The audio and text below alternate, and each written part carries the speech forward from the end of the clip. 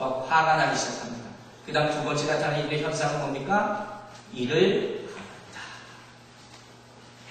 저는 자다가 일하는 사람 봐서 누구한테 얘기 듣고 이가 나타난 사람은 좀 드물게 봅니다. 물론 뭐 이런 일이 있을 수는 있겠지요.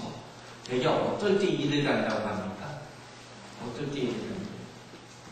되게 사람이 너무 고통스러우면요 일을 간답니다. 바뀌는 그런 표현을 이렇게 쓰겠죠. 너무 아플 수도 있지 않습니까? 너무 아프고 그러면 또 어떨 때 일을 간다고? 너무 화가 나요. 그때 일을 간다. 그게 맞는 표현인지 모르겠는데 그렇게 얘기를 하더라고요. 또 언제 우리가 일을 간다고 하면 내 마음대로 되지 않아요. 그때 또 일을 갈 수 있다. 내 마음대로 되지 않아서 막 화가 나는 거예요. 분한. 그때 나도 모르게 안에 있는 거가 이건 아니에요. 그런 현상이 나타나요. 근데 우리가 잘 아는 마틴 루이드 존스 목사님이 이런 말을 했어요. 사람은 자기가 잘못한 것을 스스로 깨달으면 눈물을 흘리고 은혜로 받아들일 수 있지만 남이 그걸 지적하면 화가 난다. 맞습니까? 그렇죠? 그게 이상하게 이게 잘못한 건지 알아요. 틀린 건지 아는데 그걸 내가 인정해야지 누가 꼭 집어서 얘기하면 화가 난다는 거예요. 그리고 그게 잘못한 것도 잊어버려요. 내가 뭘 잘못했냐. 다 똑같아요. 저도 마찬가지. 우리 인간의 마음이 이렇다는 거예요. 오늘 본문 나와서 똑같은 맥락의 얘기가 어디 나와요? 사도행전 2장입니다. 사도행전 2장에 베드로가 나와서 3,000명 앞에서 그 유명한 설교를 하게 돼요. 그런데 그 설교 핵심이 뭔지 아세요? 베드로가 3,000명 앞에서 하는 설교 핵심. 너희가 예수를 죽였다. 너희가 예수를 죽였다. 근데 우리 생각해보세요. 실제로 예수 죽인 사람은 누굽니까? 로마 군인이에요. 근데 베드로는 직접 대고 얘기하는 유대인. 너희가 예수 죽였다. 그럼 제 손가락을 보셨어요? 제가 만약에 혼나는데 한 명 지적해놓고 네가 예수를 죽였다 하면 어떻게 생각하시겠어요? 얼마나 기분이 나쁘겠어요? 그런데 그 당시 사람들이 어떻게 반응했습니까? 맞습니다. 내가 예수를 죽였어. 그리고 이렇게 고백합니다. 형제여 우리가 어찌하자 하고 바로 회개하는 거예요. 여러분에게 이런 역사가 있기를 바랍니다. 여러분 잘못을 지적받았을 때 두 부류의 사람이 있다는 거예요. 한 사람은 그것을 겸손하게 인정하고 회개하는 사람. 그러나 또 한 사람은 그것을 겸손하게 인정하고 회개하기는커녕 그렇게 말하는 사람에게 화를 내고 원수 갚듯이 하는 사람입니다. 우리는 과연 어느 부류에 속하는 사람입니까? 전자가 되기를 바랍니다. 특별히 어떨 때 그래야 되겠습니까? 하나님의 은총이라면 그것을 받아들여야 한다는 것. 우리는 이를 열었다 하였습니다. 자, 이제 세 번째로 나타나는 가해자들의 모습입니다. 오늘 본문 57절에 나오는 귀를 막았다. 귀를 막았다 했습니다. 이 말은 굳이 귀로 이렇게 손으로 귀를 가렸다는 게 아니에요. 좀 있으면 돌돌지기 때 이렇게 가리면 어떻게 돌돌질 수 있겠어요?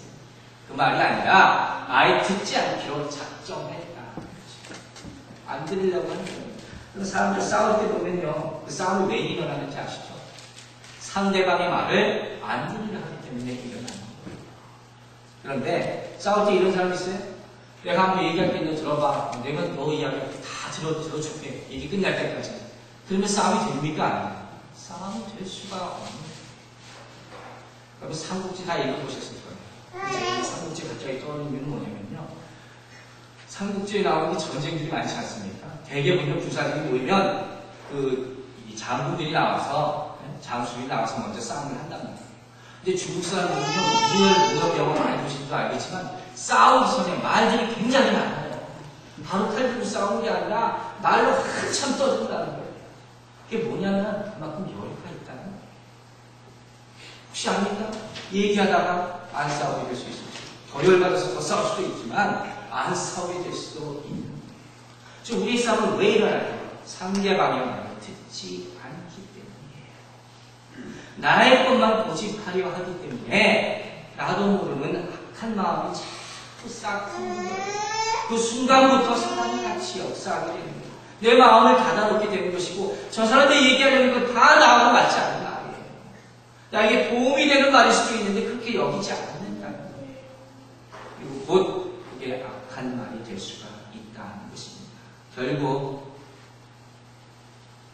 이러한 악하게 되는 것은 상대방의 말을 전혀 듣지 않게 되는 거예요. 여러분 다시 한번 제가 부탁드립니다.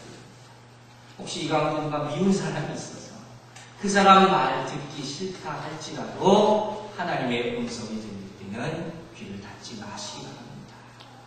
왜냐하면 그때가 하나님이 나를 다시 회복시킬 수 있는 때이기 때문이에요.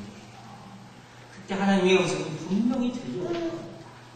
그때를 붙잡는 여러분 되시기를 주님의 이름으로 축원합니다. 이제 마지막으로 보이는 가해자의 모습은 뭡니까? 돌로 쳤다. 사도행전 4장을 보면 기독교인들을 잡아다 어떻게 합니까? 위협을 합니다. 그리고 5장에 보면 채찍질을 막해요.